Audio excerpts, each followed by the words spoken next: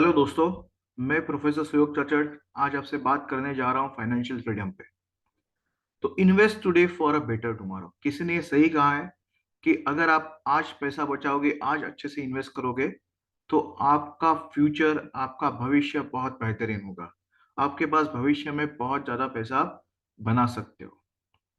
तो basically invest today for a better tomorrow, it's a wealth creation strategy.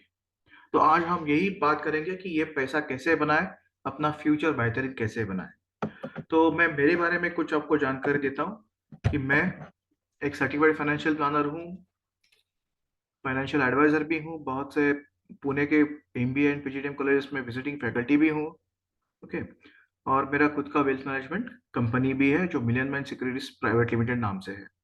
और वाव wealth, world of wealth, ये मेरा YouTube channel भी है। ओके, तो आप मेरे चैनल को आप देख सकते हो, वहाँ पे नए नए वीडियोस में डालता रहता हूँ। तो आप उसको फॉलो भी कर सकते हो, वॉच कर सकते हो, लाइक कर सकते हो, सब्सक्राइब कर सकते हो, आपके दोस्तों के साथ शेयर कर सकते हो। तो चलिए आज बात करते हैं फाइनेंशियल फ्रीडम के बारे में। तो ये सवाल आपके लिए, क्या आप फाइनेंशियली फ्री हो आज? तो बहुत लोगों का जवाब यही होगा कि आप फाइनेंशियली फ्री नहीं हो। आपको लाइफ में, या आपको और बहुत ज्यादा पैसा कमाना है, सेव करना है, इन्वेस्ट करना है, तो आपका बेहतर फ्यूचर आएगा। करेक्ट। बट ये फ्यूचर, क्या जो फाइनेंशियल फ्री, हम कैसे हो सकते हैं? तो हर एक आदमी या हर एक बंदा जो मेरा वीडियो देख रहा है, उनको वही लगेगा कि यस, कि मुझे कंप्लीटली फाइनेंशियल फ्री होना है। मुझे किसी के ऊपर डिपेंड नहीं रहना है, ना मेरे जॉब के ऊपर, ना मेरे बिजनेस के ऊपर। मेरे पास इतना पैसा मैं कैसे बना सकता हूँ? तो that's why we are looking for a complete financial freedom. और फाइनेंशियल फ्रीडम का मतलब ये नहीं है कि सिर्फ वेल्थ क्रिएट करना। इसके साथ बहुत से अदर एस्पेक्ट्स जुड़े हुए हैं, जैसे टैक्सेशन जुड़ा हुआ है, इंश्योरेंस जुड़ा हुआ है, स्टेट प्लानिंग जुड़ी हुई है। तो बहुत सी चीजें इसके साथ जुड़ी हुई है। तो हम देखते हैं वन बाय वन कि हम फाइनेंशियल फ्रीडम कैसे अचीव कर सकते हैं। तो करंटली आपका लाइफ ऐसा है ना कि आप पैसा तो कमा रहे हो, बट आपका जो स्पेंडिंग है, मतलब जो खर्चा कर रहे हो, एक्सपेंसेस है, वो एमलेस है। एग्जाम्पल मैं देता हूँ कि जैसे आप जो डी मार्ट या बिग बाजार ऐसे शॉपिंग मॉल्स में जाते हो, और जब आप खरीदने कुछ जाते हो और आप परचेस कुछ अरे अलग ही चीज कर लेते हो। तो यहाँ पे क्या ना, जो जरूरी नहीं है वो भी आप परचेस कर लेते हो। तो ये हो गया आपका एमलेस स्पेंडिंग, कि आपने पहले बजट बनाया कि चलो 5,000 का ही खर्चा करेंगे, बट 5,000 की जगह पे आप 10,000 का खर्चा करके आ जाते हो। फिर आपके वीकेंड्स पे ट्रैवलिंग करना है, या मूवीज देखना है, ठीक है, लाइफ में एंजॉयमेंट चाहिए, इंटरनेट में चाहिए, बट वहां पे कितना खर्चा करना है, ये हमें खुद को डिसाइड करना है। ओके। और इसके अलावा बहुत सी चीजें हैं, जैसे आपकी लाइफस्टाइल चेंज हो रही है, पीयर प्रेशर रहता है, तो you want to upgrade your life continuously. तो ये जो चीज है कि आपके एक्सपेंडिचर्स अगर आप अच्छे से कंट्रोल कर पाओगे, तो आपके पास अच्छा खासा सेविंग भी आपका बन सकता है। उसके अलावा आपका इन्वेस्टमेंट, आप बस आपके पास पैसा है, या एक्स्ट्रा सेविंग हो रही है, या आपका सोच है नहीं अगर मैं पैसा इन्वेस्ट करूंगा तो बचेगा, नहीं तो मैं खर्चा कर दूंगा। तो ये इसी ऑब्जेक्टिव से आप इन्वेस्ट कर रहे हो। बट ये जो आपका इन्वेस्टमेंट है, मोस्ट ऑफ द टाइम ये कोई एमलेस है, कि उसको कोई गोल नहीं है। क्या होता है ना कि आप अगर कोई तीर चलाना है, जब तक आपके सामने कोई लक्ष्य नहीं होगा, कोई गोल नहीं होगा, तो वो तीर कहाँ मारना है वो आपको नहीं समझ में आएगा। करेक्ट। तो यही है कि हमारे इन्वेस्टमेंट के साथ एक गोल अटैच होना चाहिए, तो ही जाके आपका इन्वेस्टमेंट सही से होगा। समझ में आ रहा है आपको? और दूसरी बात है न्यूक्लियर फैमिली, कि आजकल, पहले होता था कि जॉइंट फैमिली में लोग रहते थे, आज हर एक का न्यूक्लियर फैमिली हो गया है, कि घर में सिर्फ 3-4 लोग, सपोर्ट करने के लिए कोई नहीं है आजू बाजू में। तो ऐसे चीज में क्या होता है कि कभी कुछ मेडिकल इमरजेंसी आ गई, या और कुछ इमरजेंसी आ गई, तो आपको जो भी फाइनेंशियल बर्डन होगा वो आपको खुद को बेयर करना है। आपको कोई सपोर्ट करने वाला नहीं होगा। ठीक है। तो इसी तरह अभी आपको, ये आपका ओल्ड लाइफ है, जैसे आप लाइफ जी रहे हो आज, पर आपको आपका लाइफ बेहतरीन बनाना है, तो कैसे बनाएंगे? कि आपको किसी के ऊपर डिपेंड नहीं रहना है, एटलीस्ट फाइनेंशियली तो आपको डिपेंडेंसी नहीं रखनी है किसी के ऊपर। तो क्या करना है, तो ये हम आज देखने वाले हैं। तो बेसिकली आज क्या हो रहा है, आप पैसा तो कमा रहे हो, बट पैसा कमाने के बाद आप एक्सपेंसेस पहले करते हो, और जो भी कुछ बच रहा है उसको हम बोलते हैं सेविंग। और यही सेविंग आप करते हो इन्वेस्टमेंट में, या और डाइवर्ट कर देते हो कोई दूसरी जगह पे, जैसे लैंड परचेस किया, गोल्ड ले लिया, इन्वेस्टमेंट किया म्यूचुअल फंड में, शेयर्स में, फिक्स डिपॉजिट में। ठीक है। बट ये फॉर्मूला जो है ना, वो ओल्ड फॉर्मूला हो गया। अभी नए जमाने के साथ आपको एक नया फॉर्मूला यूज करना है, कि जैसे पहले जैसे आप अर्निंग कर रहे हो ना, आपको पहले सेव करना है, ना कि पहले स्पेंड करना है। आपको पहले सेव करना है, और सेव करने के बाद जो बचता है उससे ही आपको आपका महीने का गुजारा करना है। तो फॉर एग्जाम्पल लेट से आप 10 लाख आपका सैलरी है साल का, और मोटा मोटी आपको लेट से महीने का 80,000 मिल रहा है। अभी 80,000 में से आपने पहले 25-30,000 इन्वेस्ट कर दिया, जैसे कोई म्यूचुअल फंड में डाल दिया, या स्टॉक में डाल दिया, एफडी में डाल दिया, जो भी है। और आपने 20-25,000 इन्वेस्ट 30,000 इन्वेस्ट कर दिया, बाकी जो 40-50,000 बचा है उसमें से आप एक्सपेंडिचर करोगे। समझ में आ रहा है आपको? अभी सवाल ये पैदा होता है यहाँ पे कि कितना सेव करना है हमारे सैलरी से। करेक्ट। 10%, 20%, 50%, जो भी है।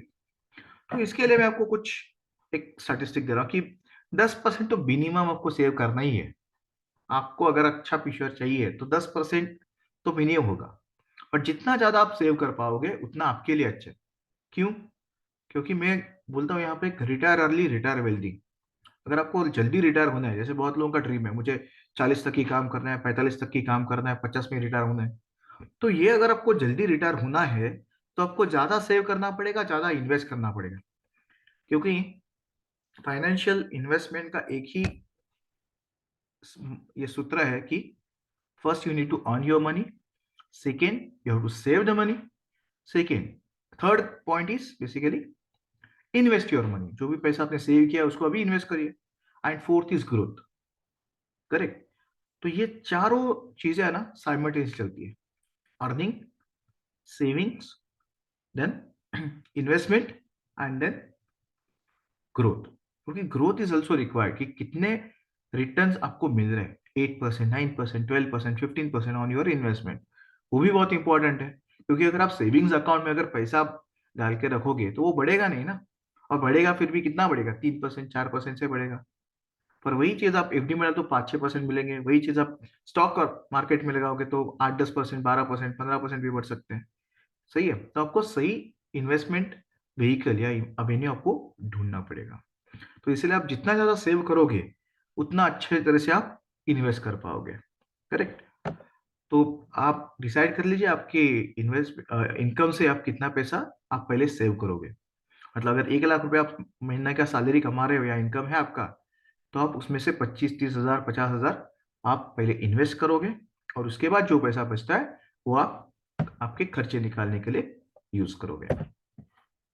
अभी ये जो इन्वेस्ट हम कर रहे हैं वो क्यों कर रहे हैं? जैसे मैंने बोला कि आपके इन्वेस्टमेंट के साथ कुछ ना कुछ गोल्स अटैच होने चाहिए। वैसे सबके लाइफ में ये गोल्स तो होते ही है, जैसे बड़ा घर लेना है, बड़ी कार लेनी है, शादी करवानी है खुद की, या बच्चों के एजुकेशन या बच्चों की शादी करवानी है, अगेन खुद का रिटायरमेंट। तो ये 5-6 गोल मैंने यहाँ पे डाल दिए। इसके अलावा भी आपके खुद के पर्सनल गोल हो सकते हैं, but these are some common goals I have listed over here. Okay. तो ये गोल्स को आप कैसे अचीव करोगे?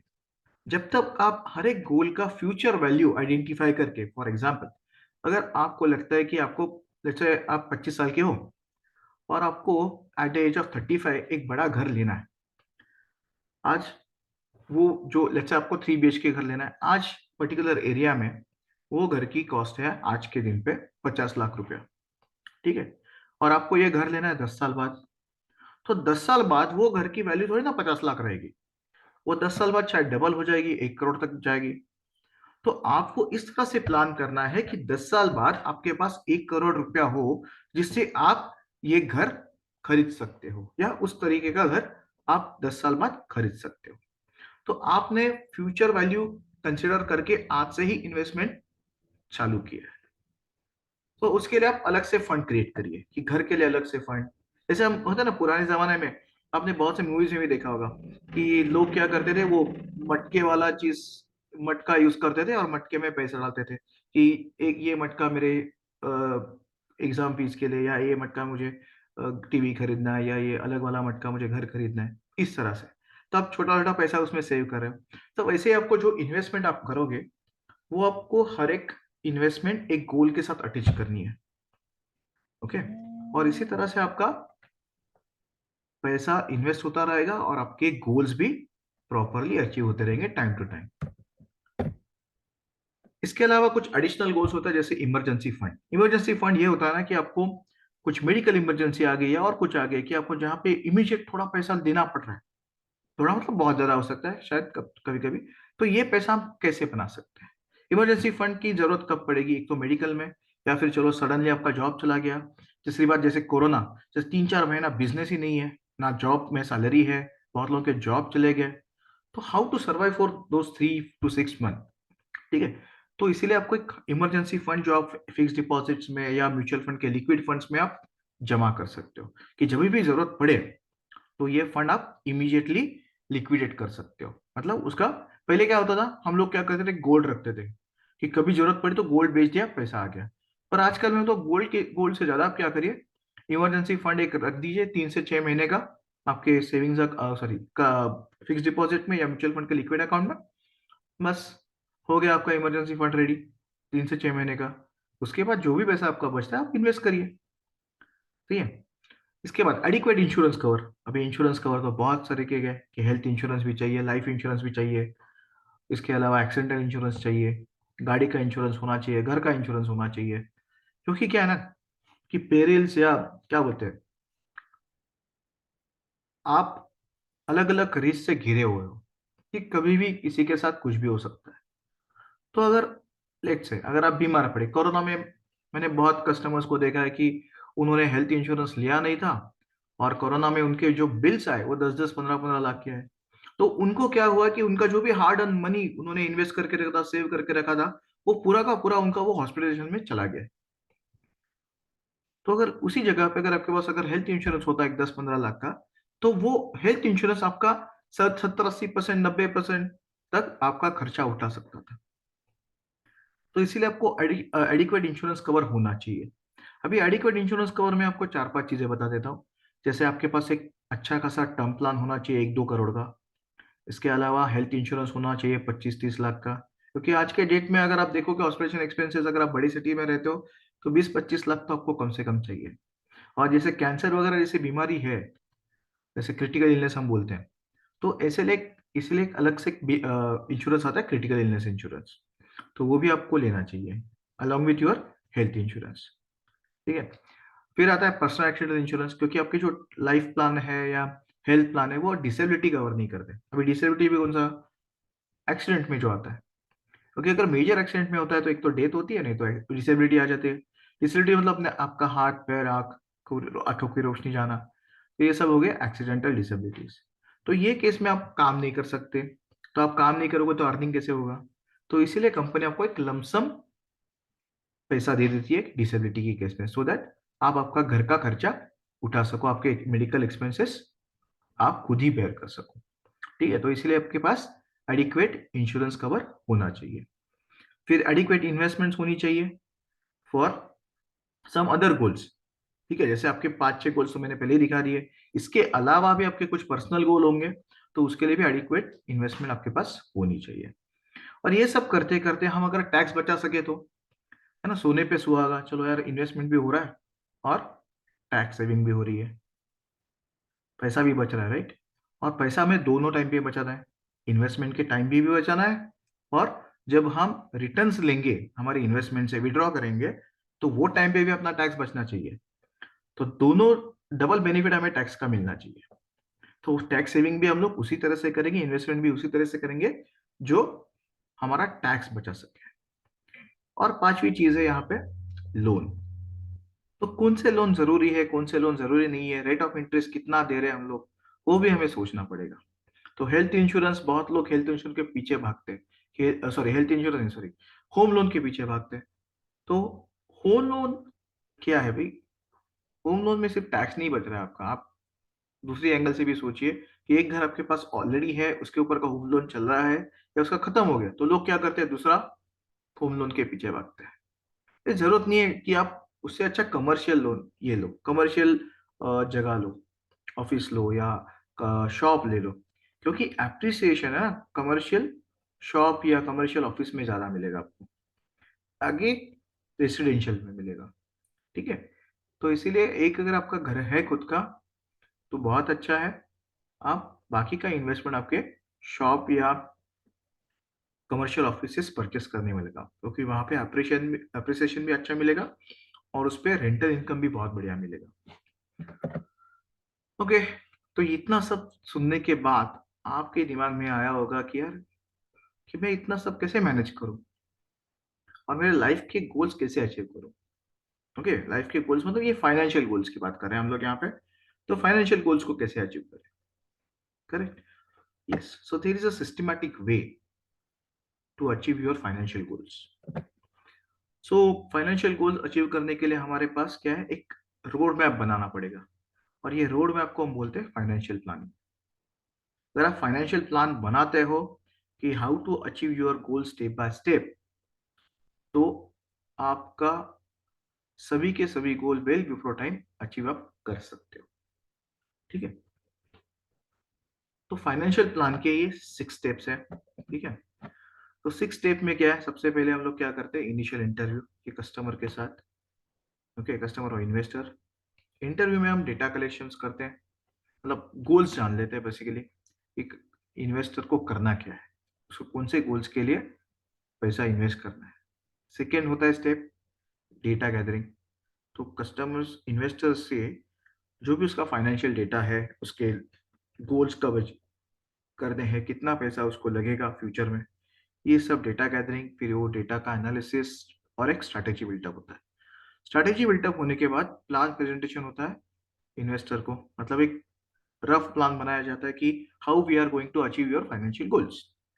फिर उसमें कुछ एज पर the change investors view, we have to change some plan और we have to do some changes. उसके बाद फाइनल प्लान पे हम इम्प्लीमेंट करते हैं। अभी इम्प्लीमेंट क्या हो गया, अभी अभी तक जो 4 चीजें हो गई, इनिशियल इंटरव्यू से लेके प्लान प्रेजेंटेशन तक, ये सब पेपर पे काम चल रहा था कि हम ऐसा करेंगे, हम वैसा करेंगे, हमें ये अचीव करना है, वो अचीव करना है।